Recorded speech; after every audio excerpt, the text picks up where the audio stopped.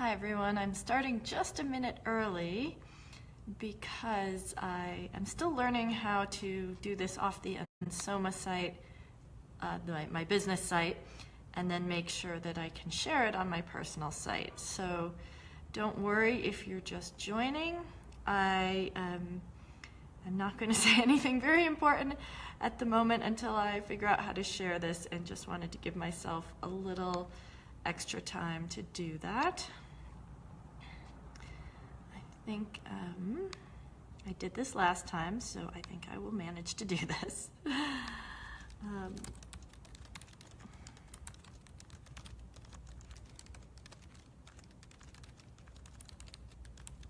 Okay.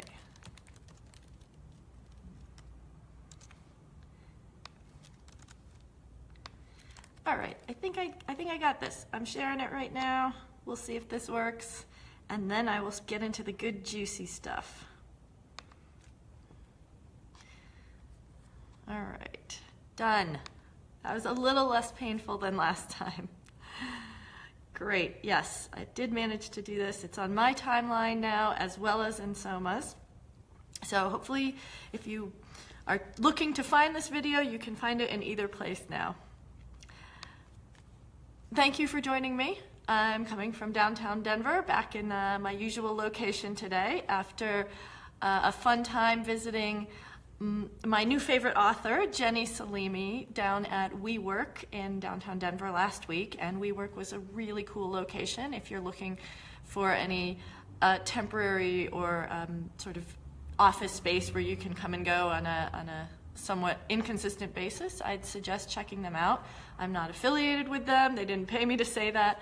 I just visited her there and thought it was a pretty cool place. So something worth considering if you're in an area. I know they're not just in Denver, or at least not just in downtown Denver, is check out WeWork. And I know there's a lot of other options for that type of thing as well. My story, in case you don't know me, I was in a corporate wellness behavior change role as the Chief Information Officer for over 20 years, and I learned quite a lot in that time about how to make changes in both individuals as well as cultures to create small, intelligent, actionable ways to help you lead a more balanced life, both in work and personal life. And I feel passionate about sharing that knowledge directly to you now.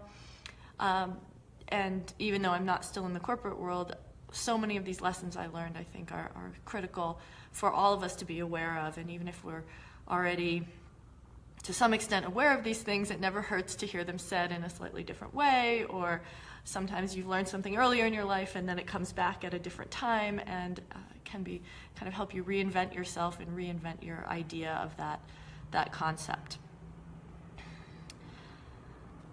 I want to mention again, last week I interviewed Jenny. She wrote this book called Hearts, and it's a really neat collection of all kinds of heart shapes she's found in nature. I know it looks backwards. I realized that last time when I hold up things with words on them, they come across as backwards.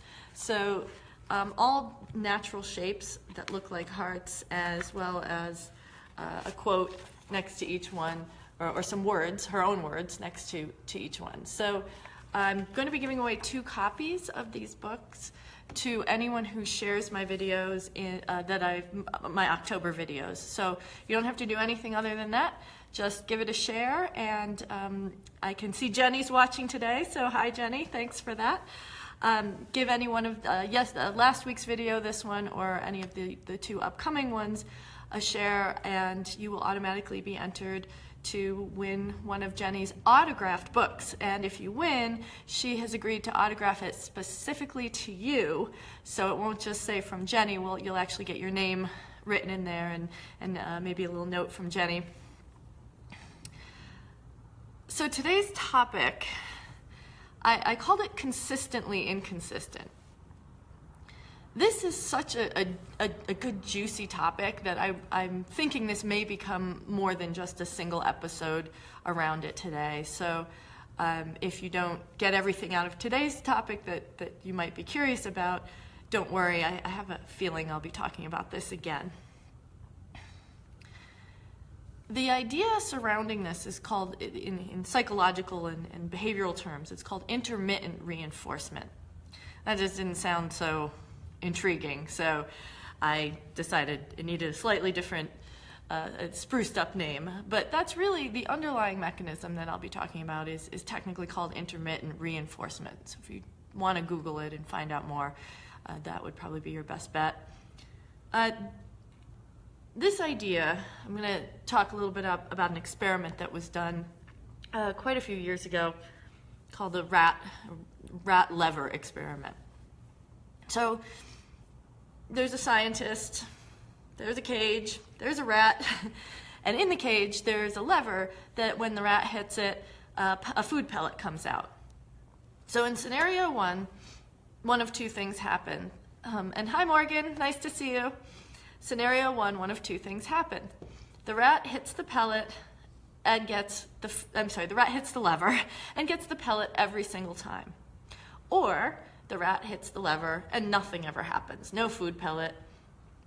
So it's consistent though, this is consistent reinforcement, either negative or positive. And it's very predictable, and the rats like that. They don't necessarily get that interested in the lever because it just kind of is always doing the same thing, and they know, hey, there's food there. If I want to go get food, I can hit the lever, the food comes out, great, or this lever doesn't do anything. So the rat goes on with its little rat day and does its rat things and doesn't really think all that much about the lever except when there's a reason to. However, where this gets really interesting is what I'll call scenario 2, and this is what we could call unpredictable or intermittent reinforcement. And don't worry, I'm getting to the relationship part of this. This isn't just all about rats today. So in that case, this lever sometimes gives it food and sometimes doesn't. And it's going to be completely unpredictable. You can think of it like a slot machine at a casino. There's a lot of algorithms in use in the gambling industry to make sure that things really stay randomized, even though in our little evolutionarily driven brains, we love to try to find patterns. So that's why people sometimes come up with crazy and wonderful rituals like, oh, I'm gonna have my troll doll and I need to clap my hands 3 times and pull the lever and click my feet together and then I'll get a jackpot. Whatever, we love patterns as individuals, as a species. So the rat will get fascinated with this lever because it can't figure out, is there a pattern to this? Why do I sometimes get a reward and sometimes I don't? And it will continually hit the lever and become so obsessed with this that it will eventually neglect its grooming habits and other important rat activities, its social group and everything else that makes a rat's life wonderful, whatever that is. And even if you take away the food source during this intermittent lever action, the rat will still stay obsessed with this lever. So it's trained itself that even if it doesn't get food for long periods of time, it's still hardwired to keep trying. It's called, one of the things it can be termed is persistence in the face of resistance. And that's sort of, again, something you may want to Google if you're interested in learning more on this topic. And I love talking about this topic, so like I said, I'm sure I'll talk more next week as well. Okay, so those are kind of the 2 basic scenarios. One is consistent reinforcement, either negative or positive, or inconsistent reinforcement, randomized. So how does this apply to people in relationships? Well, there are 2 areas in relationships where these principles are most applicable. I'm sure you can think of others as well.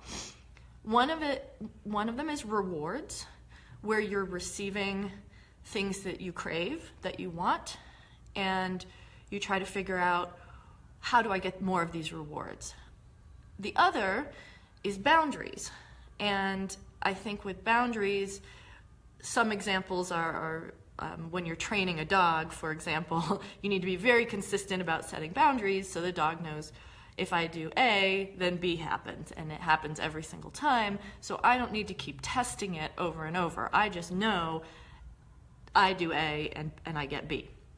So with humans, these boundaries need to be consistently reinforced, and if we're not consistent about it, if sometimes, let's say in the morning, you bring me a cup of coffee, and sometimes I go, maybe this isn't a great example, but I'm going to go with it anyways.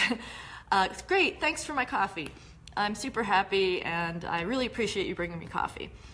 And then the next day you bring it to me and I love it again. Thank you, just what I wanted. And maybe this goes on for 2 or 3 days. By the 4th day you bring me coffee and I go, why are you bothering me? It's first thing in the morning, get away from me. Well, up until then, everything had been going great, and you were happy to bring me coffee because you knew it would make me happy. All of a sudden the rules change. So then the next day, maybe you still try to bring me coffee, and you don't know what's going to happen now. You're a little bit walking on eggshells, and maybe you kind of offer the, here's your coffee, which Amy is showing up this morning. That can lead to a very difficult relationship, and people don't know what's real. Is this the real Amy who was happy, or was that the Amy who was trying to put on a face and seem like she was in one mood when really something else was going on? So this idea of being inconsistent actually then triggers behaviors. So in that case, I'm sort of the scientist. I'm creating the stimuli, like the pellet. I'm giving the pellet, and the pellet is my happiness. And if I tell you I'm happy, then that's great. You got a little pellet, and your brain releases some dopamine, and your body goes, "Yay! I made Amy feel good," and that makes me feel good.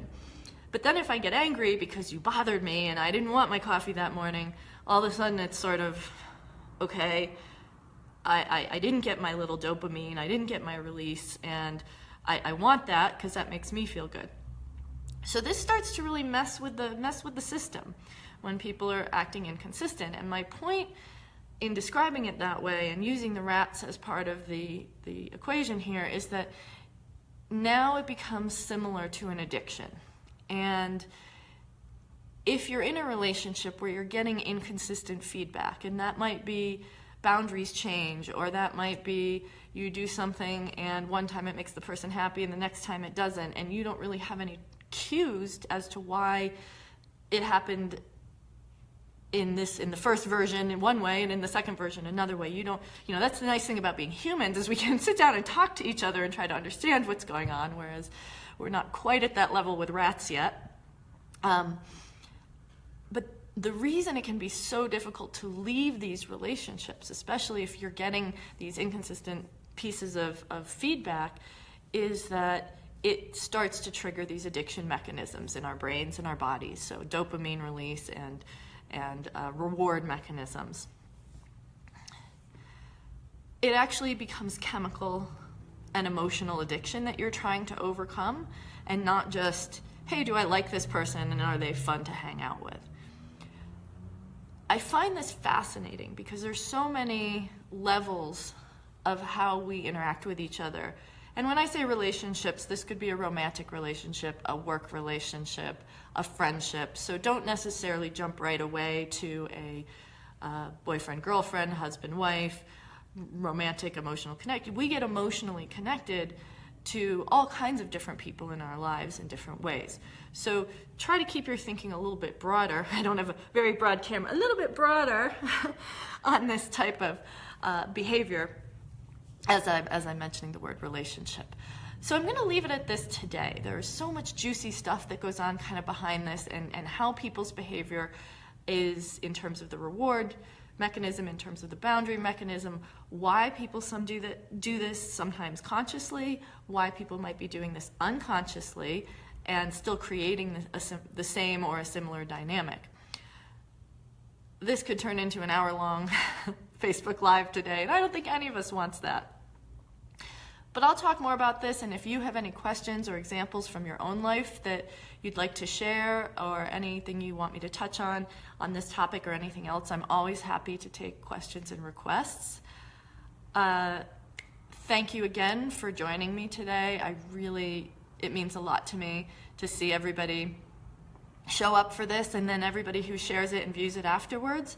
Speaking of sharing, I would be remiss not to mention one more time, I'm giving away 2 personally autographed copies of Jenny's book, which I know is backwards for you in this video, but you get the idea. And I'll give them away after the end of October to anyone who shares any one of my videos that I've done in October. And please try to make someone else's day better, or at the very least, your own. You've already made my day better just by showing up. And if you're interested in chatting one-on-one with me, I will also include the link on how to schedule some time around that in the comments of this video. Thanks again, and have a wonderful day.